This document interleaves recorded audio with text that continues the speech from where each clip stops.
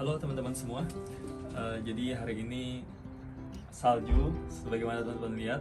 Nah, aku mau berbagi informasi nih, terutama untuk yang pertama ini adalah tentang bagaimana cara mendapatkan PhD di Denmark. Nah, ada beberapa poin. Yang pertama, teman-teman harus tahu bahwa proses untuk seleksinya dan tipe PhD itu sendiri berbeda-beda. Yang pertama adalah melalui rekrutmen universitas. Jadi universitas punya proyek penelitian atau semacamnya, kemudian mereka membutuhkan PhD, mereka akan memposting vacancy job tersebut di website universitas dan teman-teman bisa mendaftar lewat portal universitas. Nah, yang kedua, ada proyek yang berkolaborasi bersama antara universitas, institusi industri maupun institusi penelitian selain universitas. Nah, mereka bekerja sama, mereka membangun proyek bersama, kemudian mereka membutuhkan beberapa PhD dari satu proyek tersebut. Nah, mereka, setiap institusi ini akan merekrut PhD untuk institusi mereka masing-masing. Nah, rekrutmen ini bersifat internal untuk setiap institusi. Nah, teman-teman harus mendaftar melalui portal masing-masing institusi tersebut, bukan lagi ke portal universitas. Bisa saja teman-teman mendaftar ke portalnya kantor atau company atau ke institusi research, atau mungkin sesimpel hanya mengirimkan email lamaran ke institusi tersebut. Nah, itu dua yang umum. Nah, yang ketiga mungkin yang cukup umum dan teman-teman Indonesia tahu, teman-teman membawa beasiswa sendiri, baik beasiswa dari pemerintah Indonesia atau beasiswa dari orang tua. Nah, kemudian teman-teman tinggal mendaftar PhD. Kalau misalnya diterima proyeknya atau proposal PhD-nya, maka teman-teman bisa langsung menjalankan PhD di institusi tersebut. Baik, itu ada 3 cara untuk mendapatkan PhD di Denmark. Nah, di sini aku akan menjelaskan yang 2 pertama, yaitu yang melalui institusi atau yang melalui kolaborasi antar institusi. Nah, kebetulan kasusku di sini adalah kolaborasi antar institusi. Di sini ada 4 negara yang berkolaborasi dan di bawahnya ada 13 institusi yang terlibat. Di sini kami satu grup ada 15 PhD.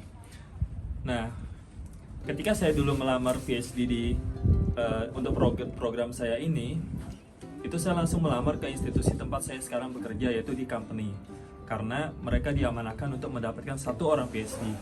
Nah, di situ saya melamar langsung. Dan bagaimana proses lamaran PhD-nya? Jadi, yang pertama, mengirimkan email. Sesimpel itu. Jadi tidak ada portal khusus, tidak ada website khusus, kita hanya mengirimkan email lamaran kepada calon supervisor kita. Sebagaimana tertulis di info lowongannya. Cukup kirimkan email. Apa yang teman-teman kirim?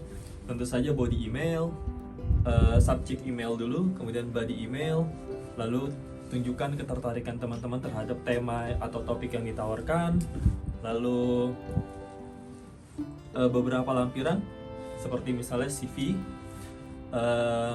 Certificate of Completion, Master Degree, jadi ijazah Master Degree. Lalu yang ketiga adalah ijazah atau mungkin transkrip nilai kalau dibutuhkan, ijazah atau transkrip nilai S1, S2. Tesis, jangan lupa tesis. Tesis ini juga sesuatu yang mungkin tampak tidak mutlak, tapi akan dibutuhkan cepat atau lambat, karena supervisor ingin tahu apa sih yang kita kerjakan selama master. Nah, kalau teman-teman ingin mengambil PhD di luar negeri, saran saya, kalau kalian melakukan S2-nya di Indonesia, tulislah tesis kalian dalam bahasa Inggris. Karena kalau kalian tulis dalam bahasa Indonesia, ketika itu dibutuhkan, nanti kalian harus mentranslate-nya lagi. Nah, kalian nggak pengen itu terjadi buru-buru ketika kalian diminta tesisnya oleh calon supervisor yang kalian lamar posisi PhD-nya. Lalu yang berikutnya adalah publikasi.